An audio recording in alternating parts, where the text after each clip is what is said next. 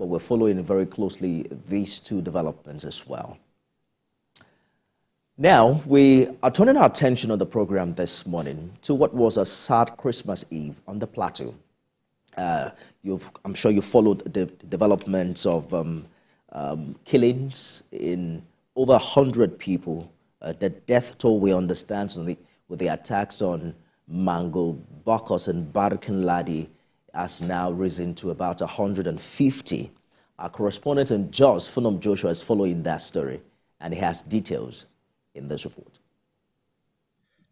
Christmas was not celebrated in communities of Bokos and Mangu local government areas in Plateau State. The anticipation of a beautiful and peaceful celebration was cut short by a deadly attack by armed men that ravaged the community at night, killed scores of rural dwellers, and sacked many more from their villages. The state governor, Caleb Mutuan, has condemned the attack, but it is not the first time the governor will condemn such attacks on rural communities in the state since his assumption of office on the 29th of May this year. It is sad that within the last 2 days, we have lost innocent people as a result of incessant attacks in parts of Mangu and Bokos, local government areas. As a matter of fact, my own intelligence is putting it at no less than 50 people. Let me say enough is enough. We cannot continue this senseless, stupid, unprovoked attacks. It is totally uncalled for, and it is needless. The commander of Operation Safe Haven, Major General Abdusalam Abubakar, disclosed that his troops eventually chased out the attackers and in the process recovered phones and other items which might provide clues that will assist in investigation and arrest of the armed attackers. He says one of his men sustained life-threatening injury during the encounter with the attackers. We will not rest until we bring all those culpable for these dastardly acts to book. Clearance operations in conjunction with other security agencies would commence immediately as agreed during the Emergency State Security Council meeting chaired by His Excellency last night. Already, the bodies and handsets of some of the miscreants neutralized in the last 48 hours have given us an inkling on how to bring their other cohorts to book. The perpetrators of this dastardly act, following the recovery of some of the items belonging to them, will be arrested and face the full wrath of the law, as asserted by the commander of Operation Safe Haven. Funam Joshua, TVC News, Mangu. Well, thanks for staying with us, everyone. We are now talking about developments on the Plateau, particularly with the latest killings in Mangu, Bosso, and Barkin Ladi. The Christian Association of Nigeria has also condemned the attacks on these 3 local government areas. In a statement signed by the president of CAN, Daniel Oko, the attacks are a threat to the nation's harmony and shared values.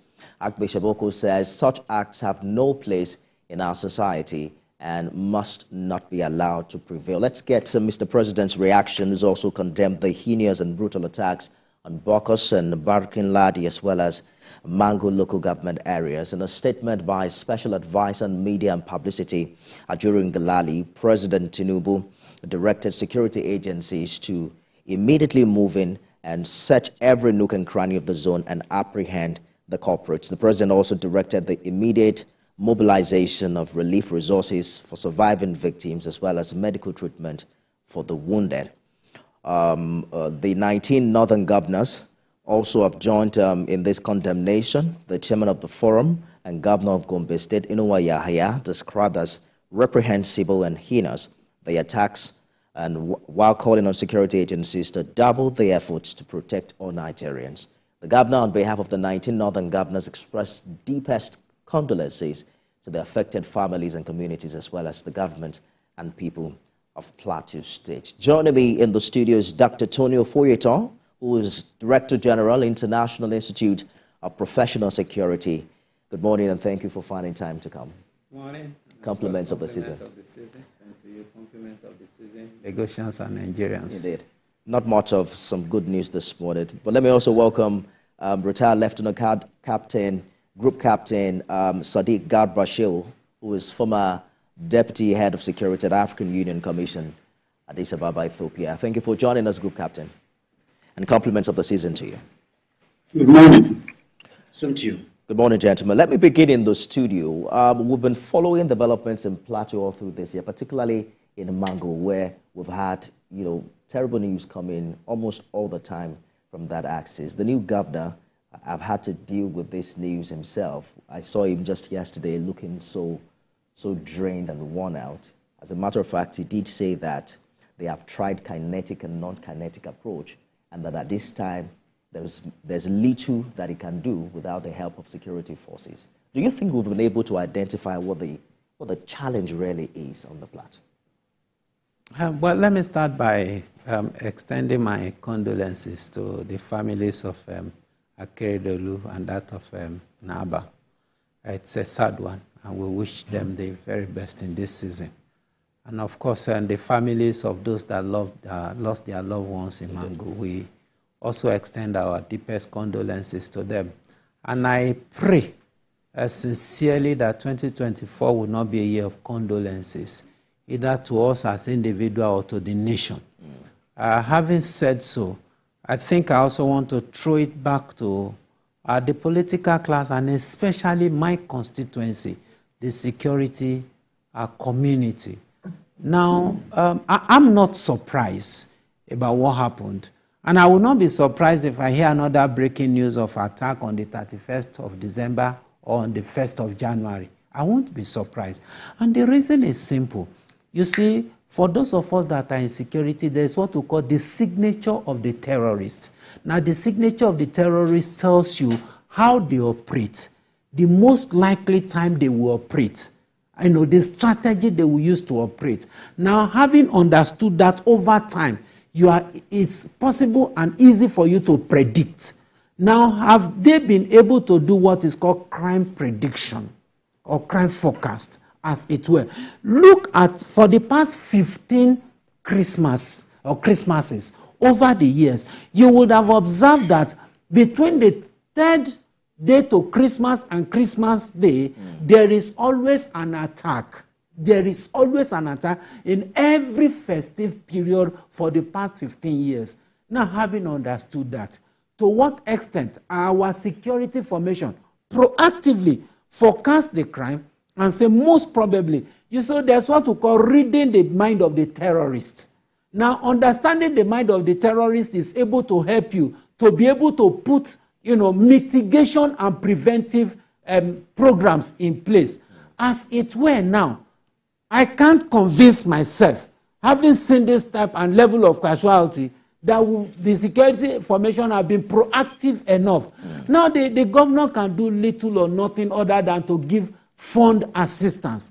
In terms of strategy, in terms of operation, in terms of execution, it is the security agencies that are responsible. Now, we keep having this, it becomes a recurring decimal almost every year. What we expect is that by now, in some states like Borno, like Kaduna, like Plateau State, Benue State, these are hot restive zones that are major focus of attack for the terrorists, because they look for places where the shout will be loudest. The timing is very important to them. So, and by so doing, you too would understand their mindset, and you'll be able to say, okay, most probably there will be attack in certain places. So there are places you can't get to, but you use the community there to become one first responder in terms of information, in terms of alerts. Now you can build up a mini team in each of those communities and nexus and work with them at different intervals. But now program yourself in such a manner that you have short response time. But unfortunately and painfully, we didn't see all this, and I'm sure you can see the results. Let me bring in the group captain into this conversation. The governor is asking, how do these people get the ammunition? Who is sponsoring them? And who is behind all of this? But do you agree with Dr. Foyeton that it's our inability or the inability of security, forces or operatives to read the minds of the criminals? And do you think we understand precisely what they want and why this has persisted for so long? Well, thank you very much. First, again, my condolences to all those that lost loved ones and lost their property. May the souls of the departed rest in peace.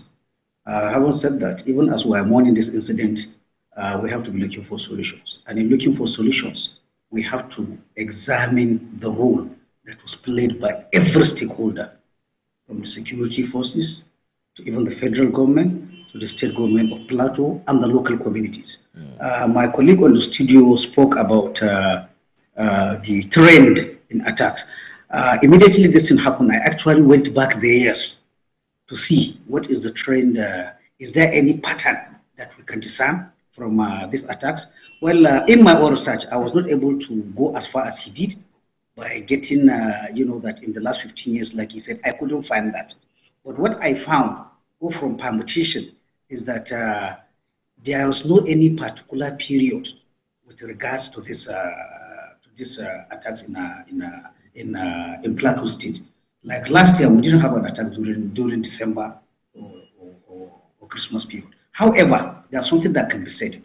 Even a casual observer working not even in the restive areas in the towns, during when Christmas is approaching, you see the laxity. Here, I'm talking frankly, you see the laxity in our security forces, whether it is policemen in roadblock, whether it is military men, whether it's civil defense. What you see them doing mostly is looking for something to do Christmas with.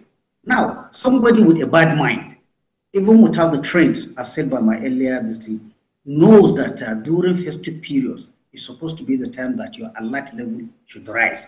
Because somebody who wants to do bad knows, everybody knows. I drove from Abuja to Kaduna, and I've seen what is happening on the roadblocks. People are saying, Oga, what do you have? Oga, what do you have? If I have a mindset to do something, for example, I'm carrying weapons and ammunition, all I need is to have a loose change of about 200 naira in my car. I can assure you, if I can give at every stop, nobody will check my boot.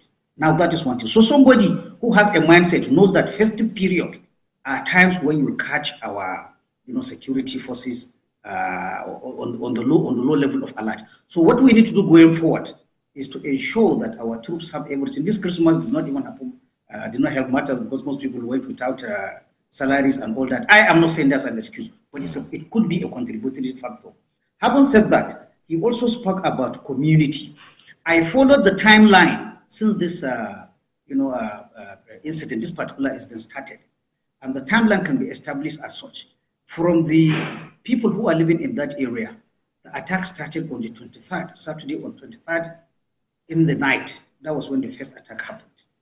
But again, if we go back, we can see when did the military or when did the state government receive information on the attack. The first information we had from the state governor and the military was on the 24th, that is on Sunday. That is to say, what happened between that first time of attack of Saturday in the evening to Sunday, when the governor and the spokesman of the military operation told us that there's an attack in a village called Mushu in Bokos local government. And he mentioned only one place.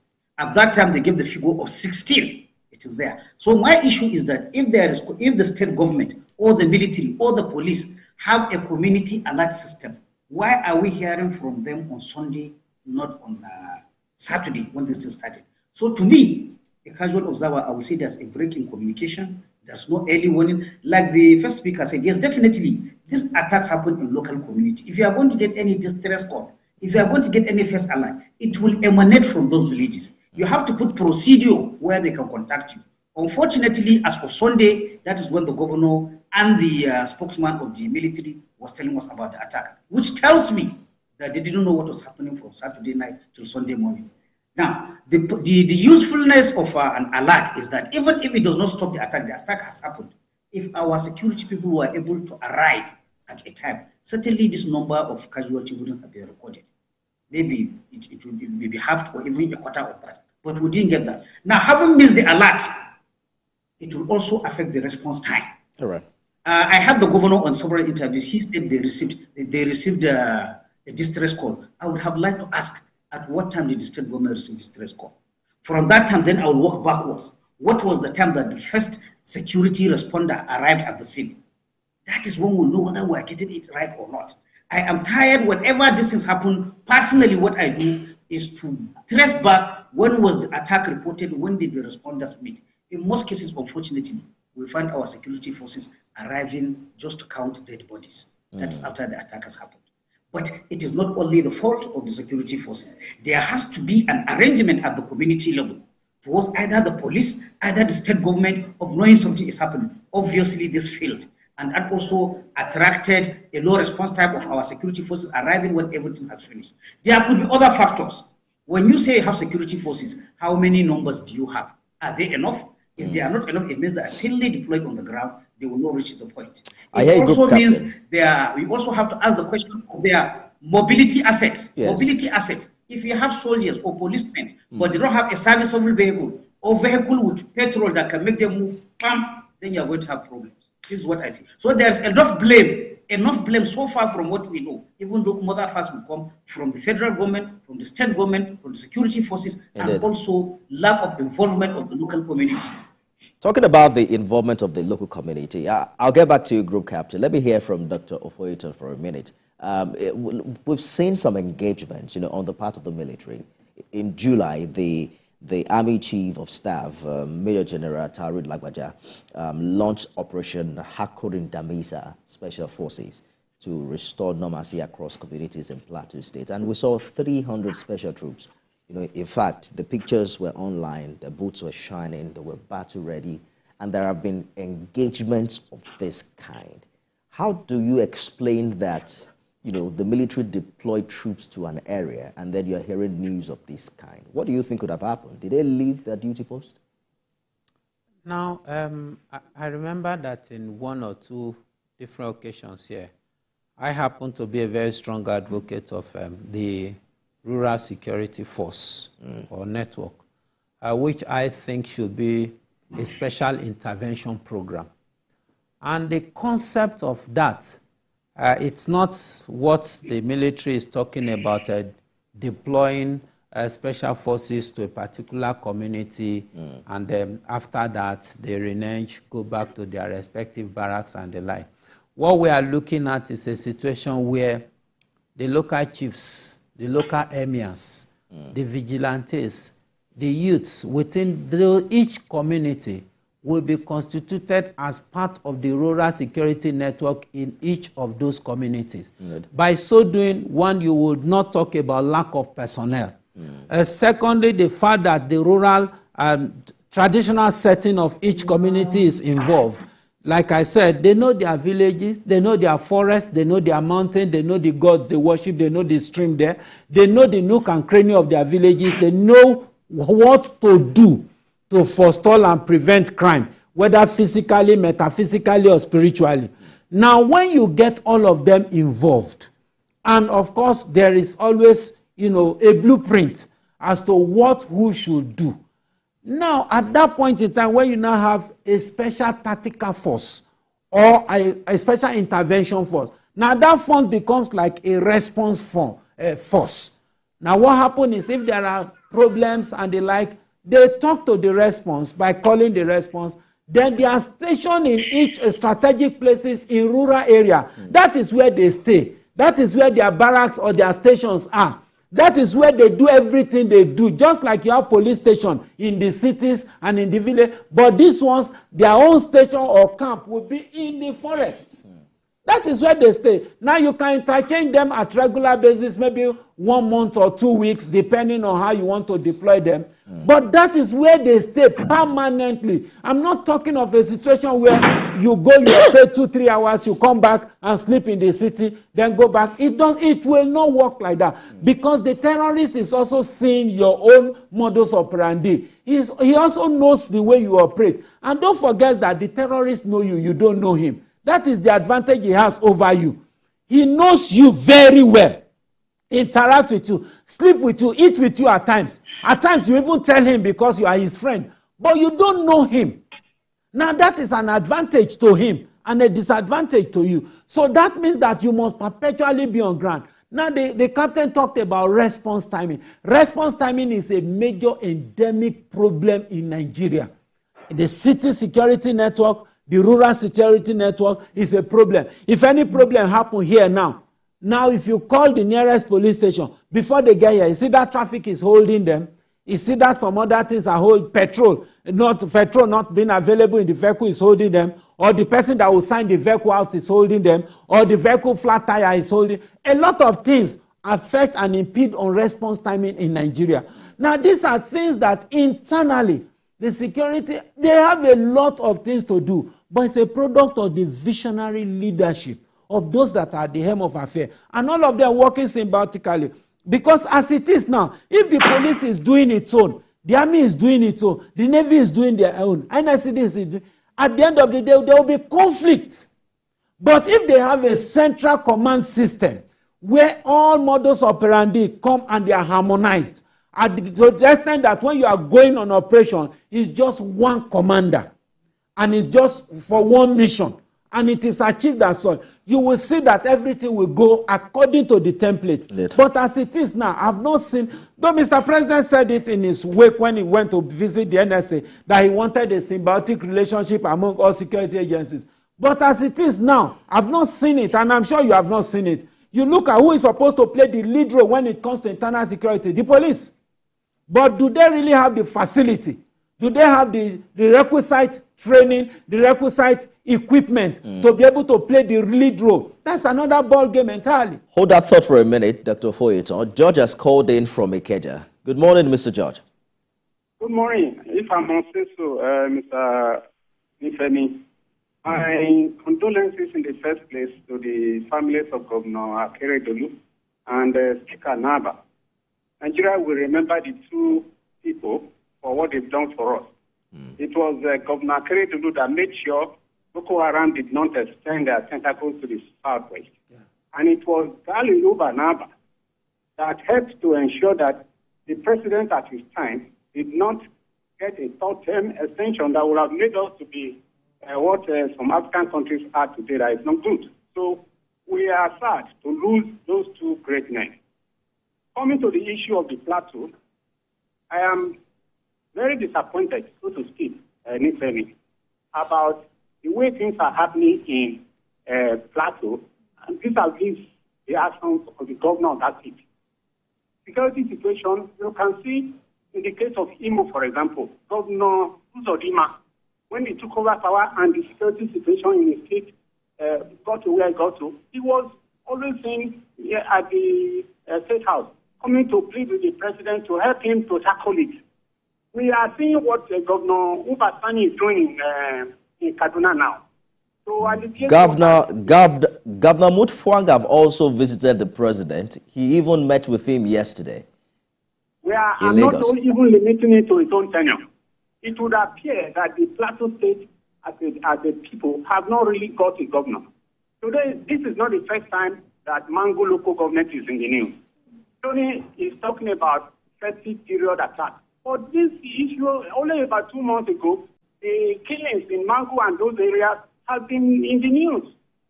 It's not new. All right. So I don't know what to say about it. It's like nobody is interested to diagnose the problem. You must know the cause before you can address it. What is the cause of the killings in the Plateau? All right. I want to know.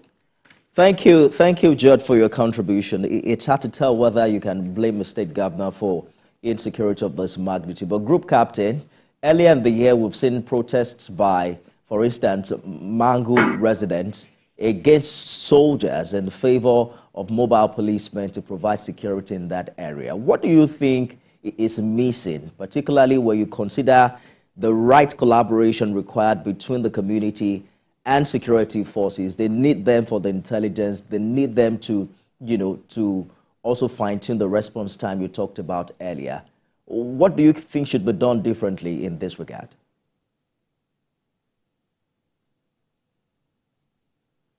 Question, and which to me, as a former military man, is very concerning to me. When I listen to people commenting on the Plateau issue, I see people calling to question the neutrality, the professionalism of our armed forces.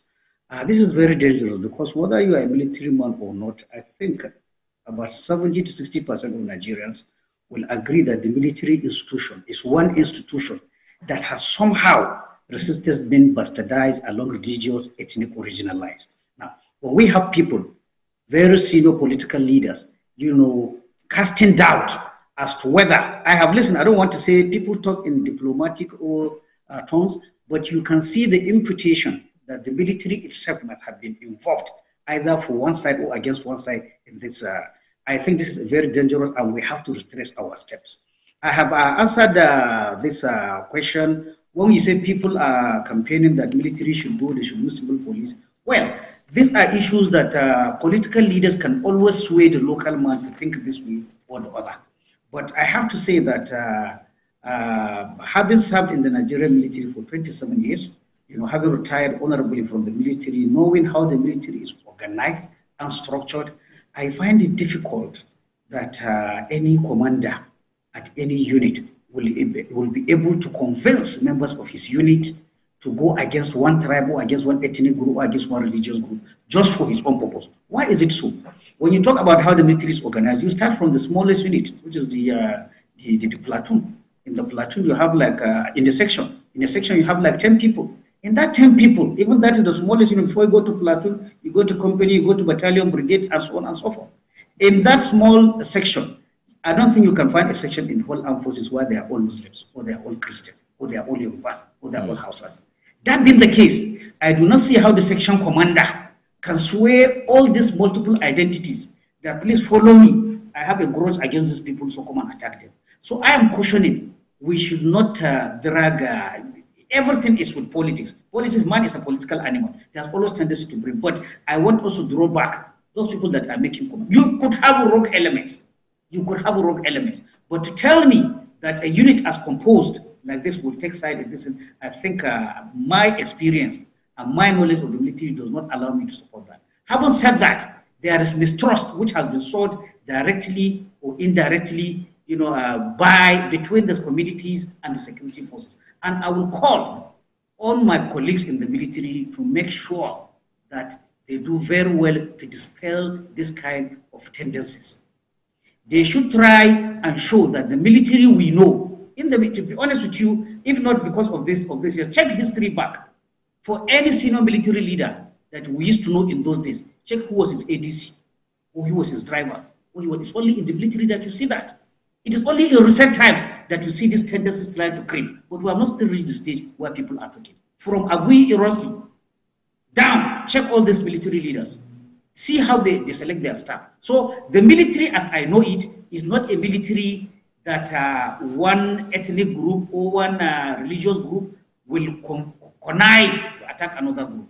But there are things that are not happening. Certainly in this attack and all other attacks, we have seen slow response.